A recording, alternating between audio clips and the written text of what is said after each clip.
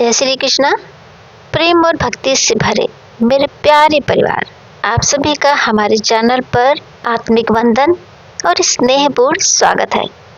आज की इस दिव्य कथा को सुनते हुए कृपया अपने मन को शांत कर ले और बस अपने हृदय के द्वार खोल दीजिए, क्योंकि आज हम प्रवेश करने जा रहे हैं मार्गशीर्ष मास महात्म्य कथा के अध्याय 12 के उस अद्भुत, अनंत, मधुर और रहस्यमयी संसार में, जहाँ राधा और कृष्ण केवल देव नहीं बल्कि स्वयं प्रेम का स्वरूप है।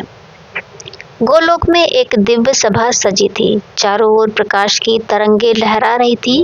गंधर्व गा रहे थे, अप्सराएं झूम रही थी और मध्य में विराजमान थे सर्वस्व के स्वामी, वृंदावन के नंदलाल स्वयं श्री कृष्ण। भगवान ने अपनी कोमल मुस्कान के साथ देवताओं से कहा, हे देवगण, अब तुम्हारे पृथ्वी पर अवतरण का समय आ गया है। अधर्म घना हो चुका है, धरती माता कराह रही है और संसार को तुम्हारी आवश्यकता है। उनकी वाणी में जो मधुरता थी वो देवताओं को भी शांत कर देती थी। कमला कला की 16,000 दिव्य कन्याएं जन्म लेंगी, जो आगे चलकर मेरे साथ संसार की रक्षा में सहभागी होंगी। धर्म के अक्षर रूप से युधिष्ठिर, वायु के अंश से भीम, इंद्र से अर्जुन, अश्विनी कुमारों से नकुल और सहदेव, चंद्रदेव से अभिमन्यु, साक्षात अग्नि से द्रोणाचार्य, शंकर के अंश से अश्वत्थामा, कश्यप से वासुदेव, अदिति से देवकी, वसु से नंद बाबा, वसु की पत्नी से यशोदा और शतरूपा से सुभद्रा। इस प्रकार सब दिव्य आत्माएं पृथ्वी को पुनः प्रकाश से भर देंगी। देवताओं ने हाथ जोड़कर प्रणाम किया। उनकी आंखों में भक्ति के साथ साथ उत्साह भी था। जब राधा रानी ने यह सब सुना, उनका मन सहसा अस्थिर हो गया। उनके गुलाब जैसे होठ कांपने लगे। गोलोक की महारानी, साक्षात शक्ति, जो कभी किसी के सामने विचलित नहीं होती, वो आज अपने श्याम के सामने जैसे एक अबोध बालिका बन गई। वे धीरे धीरे कान्हा के समीप आई। उनकी आंखें आंसुओं से भरी थी। कोमल स्वर में बोली, नाथ, क्या मुझे भी पृथ्वी पर जाना होगा? आपसे अलग होकर मेरे प्राण तो आपके बिना चल ही नहीं सकते। आपके बिना मैं एक पल भी कैसे रहूंगी? जब आप मेरी ओर देखते हैं तो मैं पल के झपकना भी भूल जाती हूँ, और आप कहते हैं कि मैं भूतल पर जाऊं। कृष्ण, सच सच बताइए, हमारा मिलन वहाँ कब होगा? जैसे ही राधा बोली, गोलोक में उपस्थित हर देवता का हृदय पिघल गया।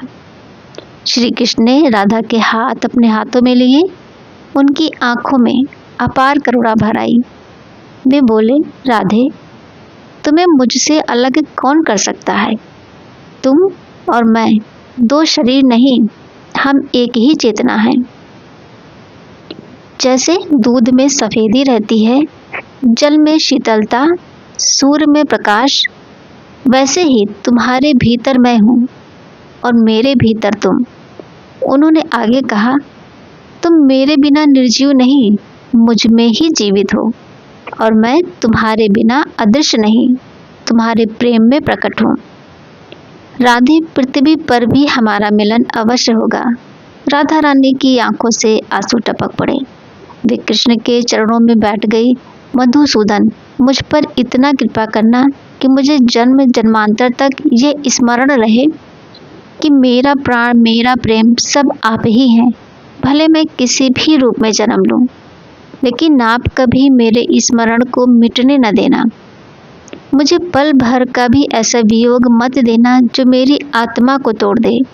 उनकी प्रार्थना सुनकर गोलोक का वातावरण स्वयं नम हो गया।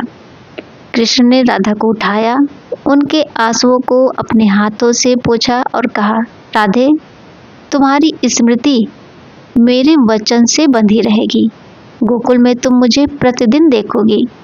मेरी मुस्कान तुम्हारी आंखों में उतरेगी, मेरे चरणों की ध्वनि तुम्हारे हृदय में गूंजेगी।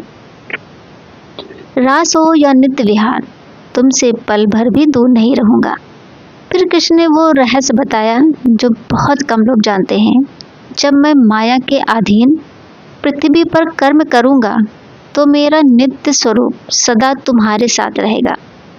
जिस समय मैं मथुरा रहूंगा, वास्तव में उसी समय मैं वृंदावन में तुम्हारे साथ क्रीड़ा कर रहा हूँगा। इसके बाद राधा जी ने कृष्ण की 7 परिक्रमा की, 7 बार प्रणाम किया।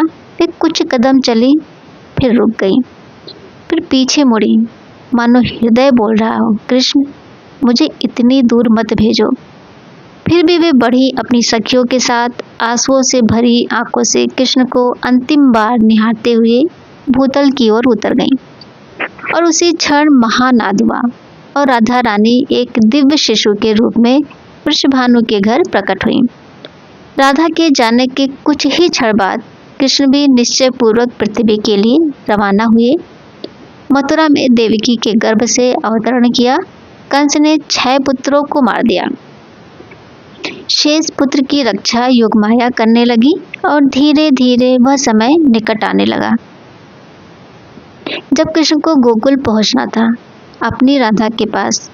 मेरे प्यारे भाइयों बहनों, आज की ये कथा हमें एक ही बात सिखाती है, सच्चा प्रेम शरीर का नहीं, आत्मा का होता है और आत्मा कभी बिछड़ती नहीं। अगर ये कथा आपके हृदय को छू गई हो तो कृपया लाइक ज़रूर करें। आपके कमेंट मेरे लिए आशीर्वाद बन जाते हैं। अगले अध्याय में हम सुनेंगे भगवान श्री कृष्ण के जन्म का अद्भुत रहस्य। तब तक के लिए जय श्री राधे कृष्णा दोस्तों।